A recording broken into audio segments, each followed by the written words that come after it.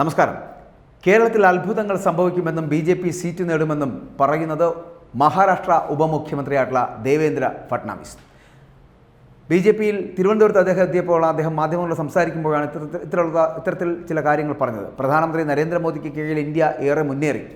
India ലോകത്തെ 5ാമത്തെ വലിയ സാമ്പത്തിക ശക്തിയായി മാറിയിരിക്കുന്നു.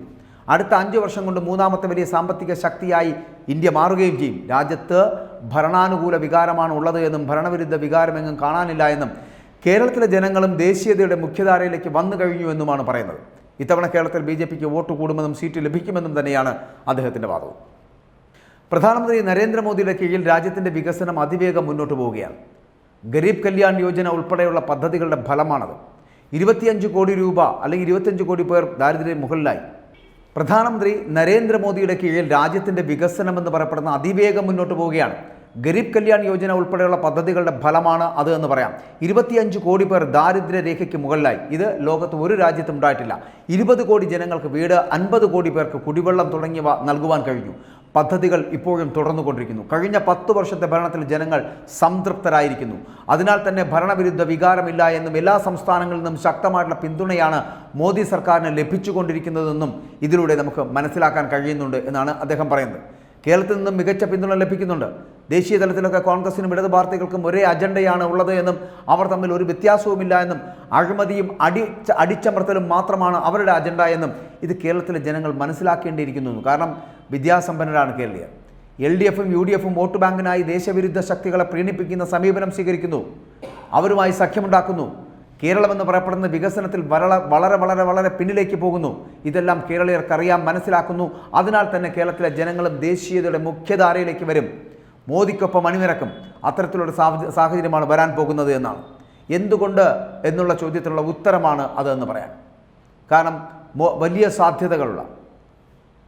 സാധ്യതകളുള്ളൊരു നഗരമാണ് തിരുവനന്തപുരം.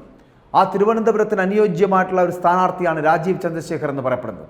90കളിൽ ആദ്യമായി ടെക്നോ പാർക്കുകൾ തുടങ്ങിയ സ്ഥലമാണ് തിരുവനന്തപുരം എന്നുള്ളത് ഓർത്തു എടുക്കുന്നു. അതിനുശേഷം തുടങ്ങിയ പല സ്ഥലങ്ങളിലും ഇന്ന് ഈ ടെക്നോളജി ഹബ്ബുകളായി മാറുന്ന ഒരു സാഹചര്യമുണ്ട്. എന്നാൽ തിരുവനന്തപുരം ഇന്നും വളരെ വളരെ പുറകിൽ നിൽക്കുന്നത് എന്തുകൊണ്ടാണ്? മന്ത്രി എന്ന നിലയിൽ മികച്ച പദ്ധതികൾ കൊണ്ടുവന്നിട്ടുള്ള ഒരാളാണ് രാജീവ് ചന്ദ്രശേഖർ എന്ന് പറയപ്പെടുന്നത്. അതുകൊണ്ട് തന്നെ തിരുവനന്തപുരത്തിൻ്റെ കാര്യത്തിൽ വലിയ പ്രതീക്ഷയാണ് ജനങ്ങൾക്കുള്ളത് എന്നും സാധ്യതകളെ പ്രായോഗികവൽക്കരിക്കുവാൻ വേണ്ടിയിട്ടുള്ള കഴിവ് രാജീവ് ചന്ദ്രശേഖരൻ ഉണ്ട് എന്നും പറയുന്നു. തിരഞ്ഞെടുപ്പ് 2 ഗ്രൂപ്പുകൾ തമ്മിൽ നടക്കുന്ന ഒരു മത്സരമാണ്. ഒരു ഗ്രൂപ്പ് മോദിയുടെ നേതൃത്വത്തിൽ, മറ്റൊന്ന് രാഹുൽ ഗാന്ധിയുടെ നേതൃത്വത്തിൽ. ഇതിൽ NDAക്ക് വോട്ട് ചെയ്താൽ അത് മോദിക്ക് ലഭിക്കും. LDFനോ UDFനോ വോട്ട് ചെയ്താൽ ലഭിക്കുക അത് രാഹുൽ ഗാന്ധിക്കായിരിക്കും. ഇങ്ങനെ പ്രധാനമന്ത്രിയായി മോദിയെ ജനങ്ങൾ തിരഞ്ഞെടുക്കും. BJP NDA എന്ന് പറയപ്പെടുന്ന സഖ്യം 400-ൽ നിന്ന് അധിക സീറ്റ് നേടും. ഇതാണ് വരും കാലത്ത് ഇവിടെ സംഭവിക്കാൻ പോകുന്നത്. അങ്ങനെ കേരളത്തിൽ അത്ഭുതങ്ങൾ സംഭവിക്കാൻ പോകുന്നു. കഴിഞ്ഞ കാലഘട്ടത്തിൽ നിന്നൊക്കെ വളരെ വ്യത്യസ്തമായിട്ടുള്ള ഒരു കാഴ്ചപ്പാടിലേക്ക്, ഒരു സ്ഥിതിവിശേഷത്തിലേക്ക് ഈ കേരളം മാറാൻ പോകുന്നു.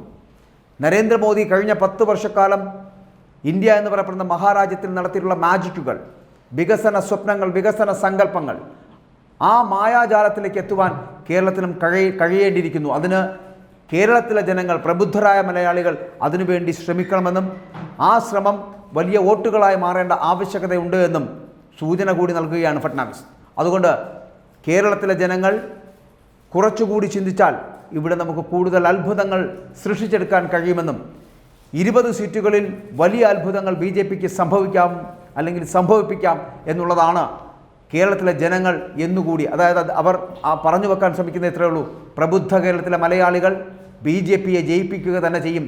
നരേന്ദ്രമോദിയെ വീണ്ടും പ്രധാനമന്ത്രിയാക്കുന്നതിനുമുള്ള എല്ലാ തരത്തിലുള്ള ശ്രമങ്ങൾ നടത്തുകയും ചെയ്യുമെന്നാണ് പറഞ്ഞു വെക്കുന്നത് ഫട്നാവിസ്.